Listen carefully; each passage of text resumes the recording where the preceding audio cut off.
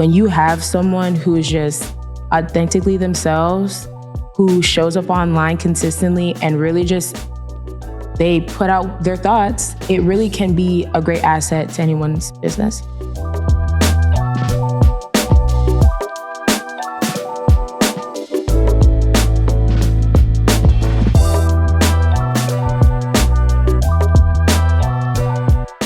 Hey everybody, Reggie here with Beyond Social Podcast. Welcome back. This is the show where we go behind the scenes on how marketers are building amazing things on social and how we're creating tools to help support them there. Today, we've got a very special episode. We're here with Morgan Cox. Hi. She is the owner, the CEO, the founder of Mac Marketing. And well, welcome. Thank you so much for being here with us today. Thank you guys for having me. Yeah, so I'm gonna tease a little bit for our guests or listening, our audience members. 14,000. That's gonna be the number, right? From 1,000 to 14,000 followers on LinkedIn in 6 months. Yeah. Wow, that is huge. What an accomplishment! Congratulations, first of all. Thank you. We're gonna dive into that. I want to hear. Yeah. Vitaly and I are, we're building tools to support marketers, but when we hear a story like this, how within 6 months you're able to find an audience, right? Like a community. I'd love to hear how you started. Yeah. So LinkedIn is always a platform that I've gravitated to because of how I feel like authentic it is and how much you can learn. So at the beginning of this year, I was kind of like, Instagram is cool, TikTok is cool, but I feel like growing a presence on LinkedIn is something that can be very valuable to you as, a CEO, entrepreneur, or anything. So I started posting consistently. I started off posting 4 days a week, just things that I was going through in my everyday life as a social media marketer, as a CEO of a marketing agency. And a lot of social media managers, directors, professionals really resonated with what I had to say. So over time, I just really started sharing my authentic experience with them about struggles that we face on a day-to-day, kind of sort of how, in the marketing world, people may not really value social media managers because they may feel like the job is easy, even though in reality, it's just marketing online. And so I really just got on there and spoke my truth. And now 14,000 followers later, people resonate with it. And it's really awesome. Wow. Yeah. Did you have a specific inspiration that kind of led you to like, let me go on LinkedIn and try this out? I think the drive for me to start posting on LinkedIn was just me seeing other social media managers really doing their thing on there. So there's a lot of great creatives that were really positioning themselves. And I was like, I think I can really do this and make it special and have I put memes to it. People like to always jump in my DMs and be like, Morgan, you're like the social media professional that keeps it real, which I do. I don't sugarcoat anything. I get on there and I say what I need to say. And I think that's kind of why people love my content so much, because it's thought-provoking, it's real, and I provide value. So I think that's really what my secret sauce has been to growing LinkedIn over the past 6 months. And I guess what's interesting about this is that you have an agency, right? Which probably has a LinkedIn page of its own. And then Morgan, you yourself have a LinkedIn profile. So here we are talking about you building your personal brand, right? And most likely at the same time building your agency brand as well, right? But I guess it's a distinction worth pointing out that this nature, the way you're describing this being real, right? And being sort of divulging, kind of the struggles or the fun parts, right? About being as like the CEO of the company or the social media manager more broadly. So that resonates. Do you think it's got to be different between managing or building a personal brand and building a brand for your agency? Right. Did you find more success with one versus the other, or even ease of doing so? On my personal page, I get way more inquiries about my business than I do my business page. People are always asking if I can share think pieces with them or what my services are. And I think the biggest difference between brand and personal social is you're humanizing your brand. So I'm not necessarily selling you anything. I'm not necessarily saying, oh, go check out my website. Just by you resonating with what I say, or maybe you relating to me in some way, you're naturally going to want to go do that. So I feel like that's been kind of the biggest success for me, is that I just show up as myself online and people really want to dive into more of what it is that I do as a social media professional. So you basically, Morgan is being Morgan, right? Yeah. On the personal profile. Like you're not being a CEO of the company necessarily, right? No. So do you feel like people even know that you are a CEO of the company when they look at Morgan on LinkedIn? Is that maybe kind of the recipe here? Like there's so little add to it or so little promotional nature to these posts? Yeah, like even on my LinkedIn page, I don't even put CEO. I just put social media manager and content creator. So maybe a lot of people don't even know that is my brand. But once, we get to talking, they're like, oh, Mac is my initials. So they kind of put 2 and 2 together. But people always are like, do you offer services? Like, where do you work? I see that you work at Mac Marketing Public Relations. And I'm like, well, yeah, that's my brand. So when I show up on my personal LinkedIn, it's really just authentically as myself, because even though I am a CEO and a founder, at the end of the day, I do social media marketing, and we all face the same struggles in terms of being in the industry. So that's kind of just what I do. Awesome. Yeah. I know that you have, customers that your agency manages. Do you talk to them about the value of the personal brands always also? Or I know that you're probably getting hired to manage like the brand's social media. Yeah. Do you talk to them about the personal brand? Are you participating in kind of helping them build it? Is it more inspirational? Are you actually doing it for them? Like, it's interesting to know what brands out there think, right, of personal brands. Yeah. So anyone who knows me knows that I'm the personal brand enthusiast. Even my friends and family are like, Morgan is, if you are a business owner, to me, you need to be having a personal brand. So no matter if it's a big company that I'm working for or a small company, I think positioning yourself online in some capacity is very important. It goes a long way. So C-suite executives, your experience is very different than someone who may be a manager or a coordinator at a company. You're doing different things. You are connecting with a different audience than somebody else, but also you're seeing the brand in a different light. So I feel like when you go to a brand social page, it's very structured, but people like to see the behind the scenes. They like to see who you're interacting with, but also just being a human. Like I tell people, just be yourself, be a human, take a photo with someone. What struggles are you facing? What exciting projects are you working on? Those things are what people connect with, because people remember emotion. So that's always what I preach is, if you are someone who is working at a company, or if you have a business, your personal brand should be your number one priority. So as an agency, when you are discussing, I guess, the services that you are providing, or when you're being approached, do you see customers, I guess, inquiring about both, or do you see yourself sort of explaining to them the need for both? Definitely the need for both. I think people, when they first come, they're like, well, I need help with my brand socials. Like, we need cohesiveness, we need copyright, we need content creation.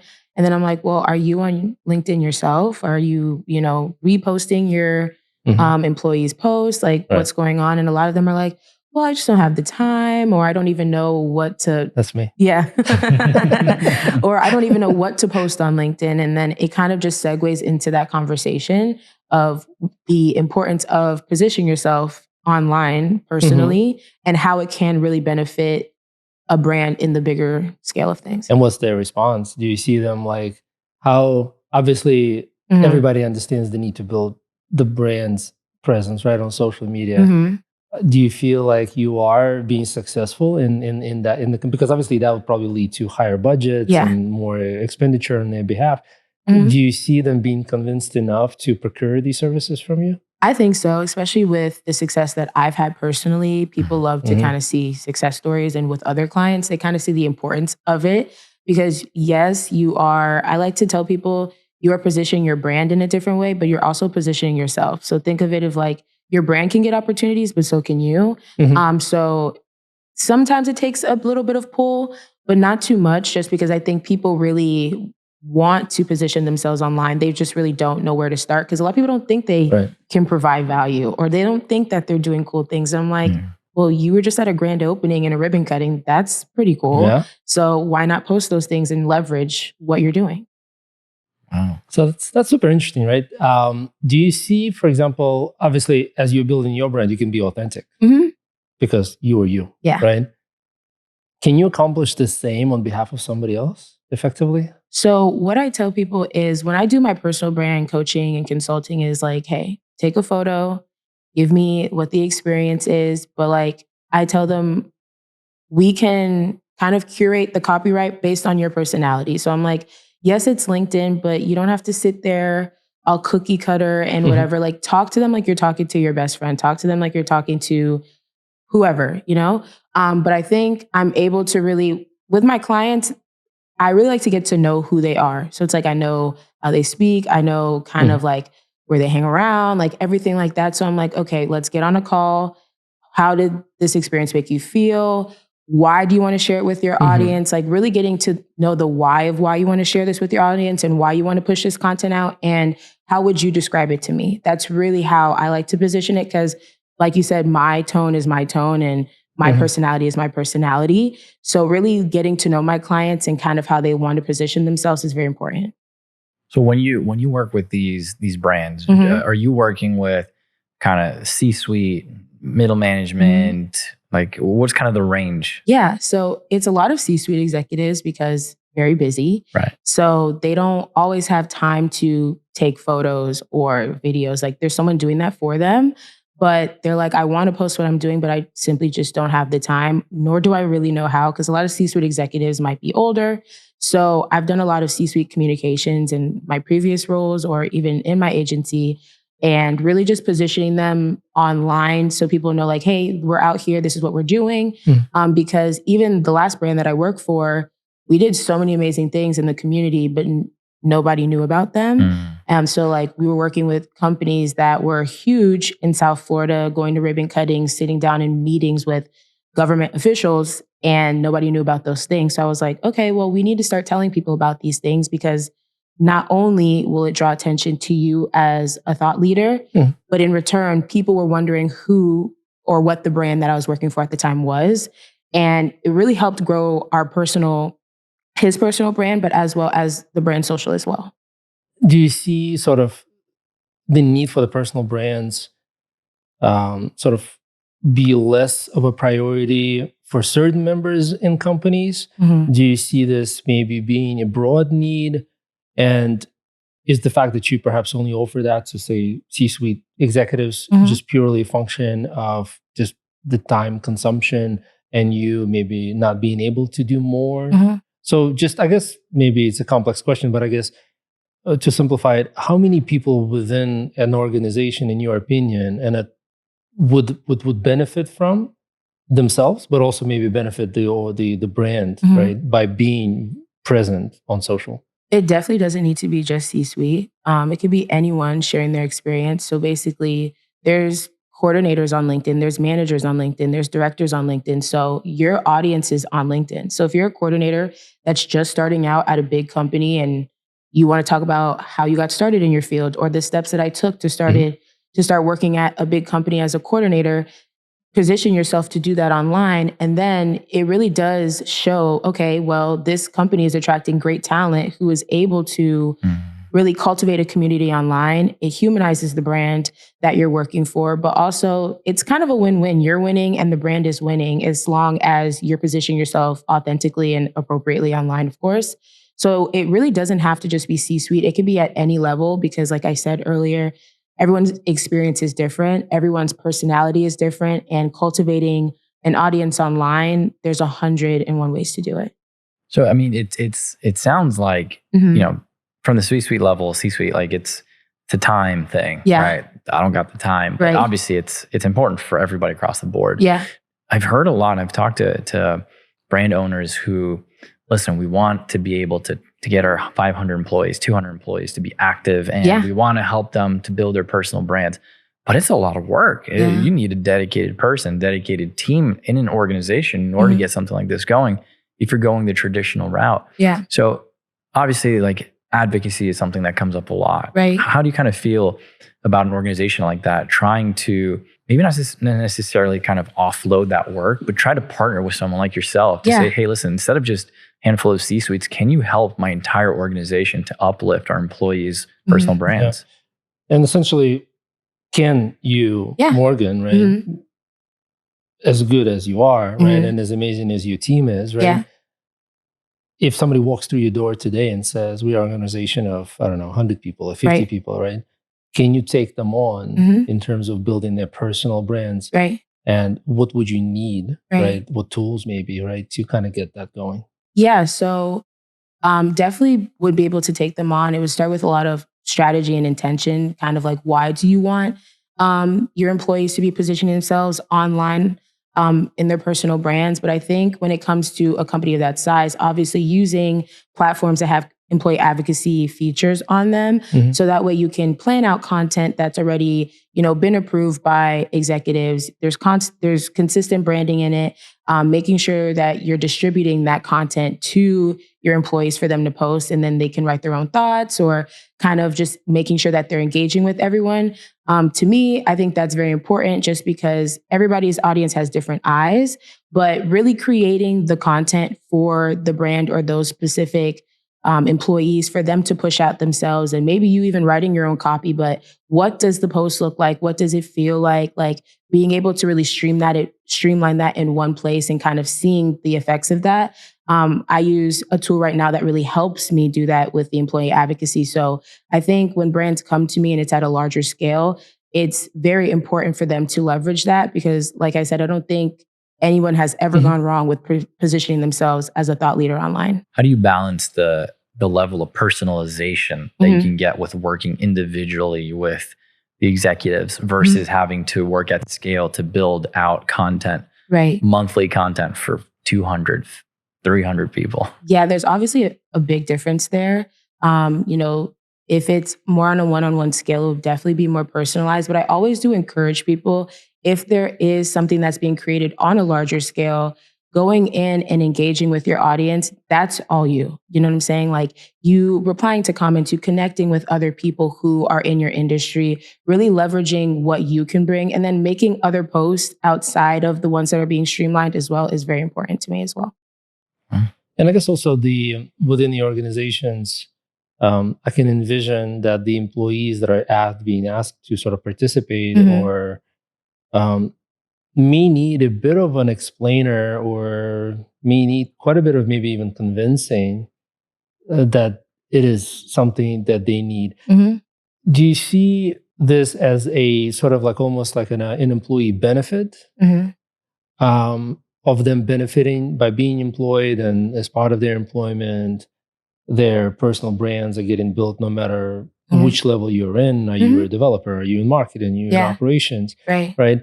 Or do you see this more of, hey, it's your duty as an employee to sort of do this for our brand? Have you found more success, I guess, with one versus the other? Or maybe it's a combination of both? I think that a lot of people would post on social media if they had the tools to do so. So I think in terms of it being authentic, I think people really just want to show up, but they may not have the tools to do so in the ways that they want. So that's never really been a problem. Like, I don't think it's ever felt like a duty for someone, especially if they're not really out there creating the content, or it's something that they have to think hard about. But also, I think people have really seen the benefits of positioning yourself online, of it being, yes, it's drawing attention to you, but people want to know more about what it is that you're doing. And LinkedIn is a great place where it's like, wow, Morgan's doing this really great thing. I want to collaborate with her. And maybe that collaboration could be personal or can be brand or whatever. But there's a lot of benefits that I think come out of really prioritizing what it is that you do. For instance, like maybe you're getting interviewed for a podcast like I am right now, or maybe it's a magazine. Like, you really can never go wrong with wanting to push yourself online. And I guess, are we only talking about LinkedIn, or? Well, no. I mean, TikTok and Instagram are great. Don't get me wrong. Like, a lot of things can come from that. I just feel the engagement on LinkedIn is very different. I feel like even if there's people that I've never met, like never have even heard of before, who they'll write paragraphs under my post, or they'll message me and be like, Morgan, I've been watching your content, or I've been seeing your content for months now, and it's changed the way that I look at social media management. It's changed everything. So I just personally think the engagement on LinkedIn is very more thoughtful. It's very more, people really want to hear what you have to say. They want to connect with you. They want to engage with you. Not saying TikTok and Instagram is not the same, but I feel like people really care about think pieces and thought leaders more on LinkedIn. I guess it's also for TikTok specifically, it's heavier lift, right? Because it's video content, right? And it's taking photos and posting photos, sharing that stuff is probably a lot easier. Fantastic. Do you see, if we were to focus a little bit more maybe on economics, as other maybe agencies are looking at this and hearing this and thinking of how to maybe inject this into their service offering? And obviously, you may not be able to go like into specific numbers, but what is your thought process? So here's sort of this service offering that includes social media management for a brand, right? How does the personal brand building change the economics of for you as a business, basically, when you begin to offer these services? Yeah, so I have a couple different packages that include personal branding. So it could be just consulting.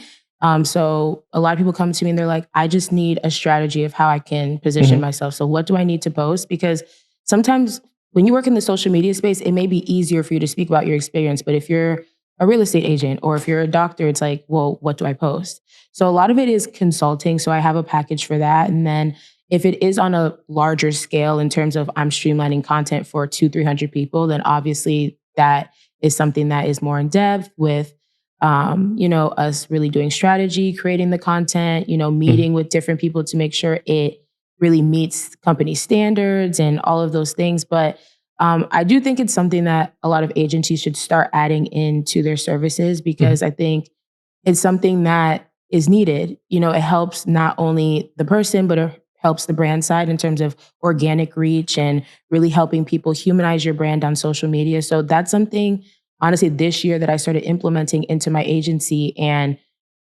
a lot of people have been so interested in wanting to learn more about what it is that they can, gain from personal branding. And even agency owners, like you said, they're like, you're killing the personal branding game. How can I implement this into my agency to really help my clients? So I think really just talking to them about the importance of it, whether it's consulting or having an actual package, it's really a win-win either way. Do you have a sense of, there's clearly sort of a before and after moment, right? So before you kind of began to offer this and after, anything maybe, again, without going into like specific numbers, have you seen, I don't know, budgets on average double or triple, or have you seen maybe even much higher wins? Again, I'm sort of asking this question more from the perspective of another agency kind of looking at this and trying to understand the economics of it. And is it, because clearly it's a lot more work. Yeah. Right?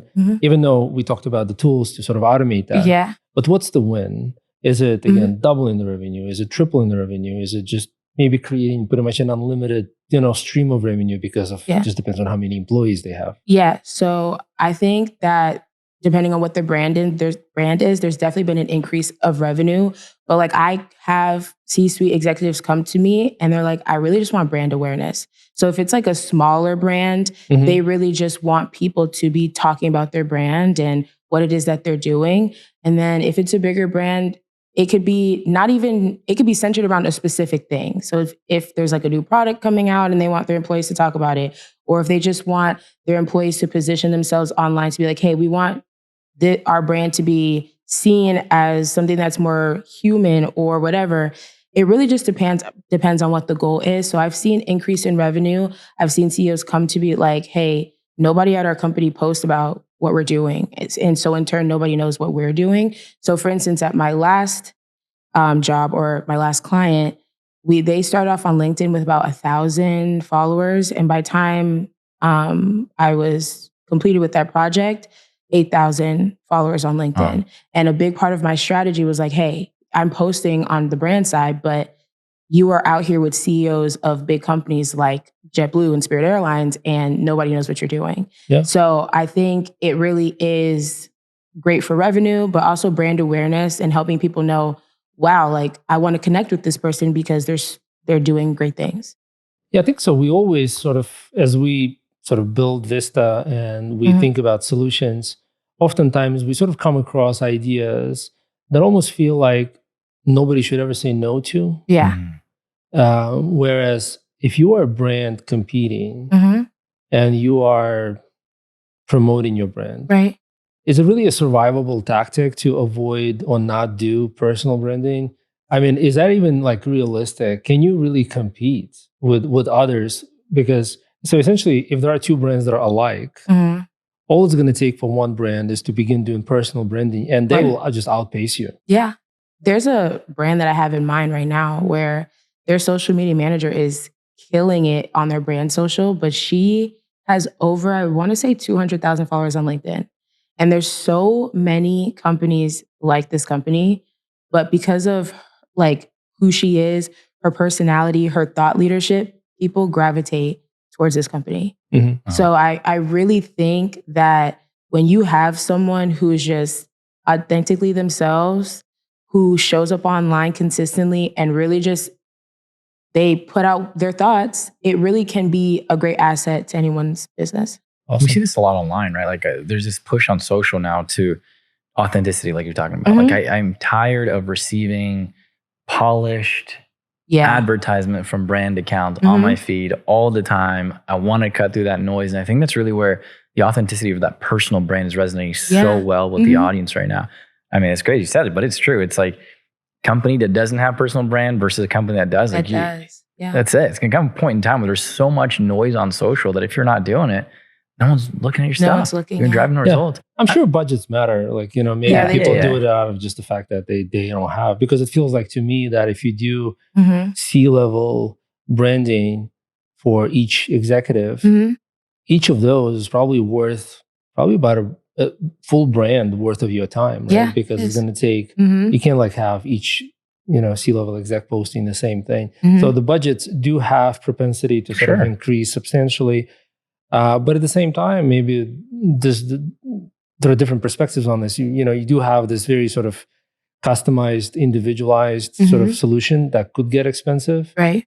But at the same time, through the use of advocacy tools, right, you could kind of arrive at something very comparable where personal sort of profiles get the updates without necessarily going all in, creating a very special. I mean, it's great if the owner of a local laundromat, right, could become a massive influencer on LinkedIn, right? That would be fantastic. But maybe the fact that they'll begin posting, 4 times a week or whatever, maybe that is also a significantly, a significant improvement of what they would have otherwise do. And by the way, so the advocacy, I feel like, may not be that significant of a budget add to teams, right? Versus very sort of custom pursuit of let's turn you, the business owner, into an influencer. That's both. It's doable, but it's obviously more expensive. It's more expensive for sure. And honestly, like there are people on LinkedIn who are doing it just because they want to. So brands should hone in on that. So if you have an important, like me, if I ever work for somebody ever again, they're going to love me because I'm going to position myself to always be a thought leader. So I feel like a lot of brands also miss that sweet nugget is like you have employees on LinkedIn who are positioning themselves to be thought leaders and are sharing things about your company, but are you using that to your advantage? So that's another thing is making sure that you have a social media team that's aware that you have employees who are really doing great things online and really using that to make sure that it's incorporated in your brand strategy. Metrics would probably be different too, right? I mean, you've worked with both brands and personal brands. So I assume when an agency approaches you, or when someone approaches your agency and they're saying, hey, my brand, I want to be able to do this, this, and this. The KPIs, the results, the business outcomes that they want are very different. You mind kind of pointing out what maybe some of the top, 2 or 3 KPIs that usually people come to you with when they say, I want to develop personal branding within our organization? So engagement is the top one. Like people really want to have good engagement. Followers is another. So, a lot of people are like, I want to be a LinkedIn influencer. They say that a lot. So, when they come, they're like, I want to 10,000, 15,000, 20,000, because at those marks, opportunities come. So I would say those are the main 2. People really want to have the engagement. People really want to have the follower growth because on LinkedIn, people are growing so exponentially. It's crazy. I don't know if it's because it's happening to me. I'm really watching what's going on, but those I would say are the main 2. Like on average, if you're averaging anywhere between 2 to 3% engagement on LinkedIn, you're doing a pretty good job. I want to ask you one more question because I'm very, very curious. Without sharing the secret sauce, because I'm sure you've got the blueprint behind the scenes there. So let's say kind of a hybrid approach, right? We've got the custom, the boutique, the very one-to-one personalized approach to this. We've got the more generalized, not necessarily generic approach, which is going to be content created at scale to lots of employees using advocacy tool. First, is there a world where we can kind of do both, where it's like an organization with lots of employees, but maybe we break out content by department? Yeah. And well, I guess what would your suggestion be to kind of create that hybrid approach at an organization?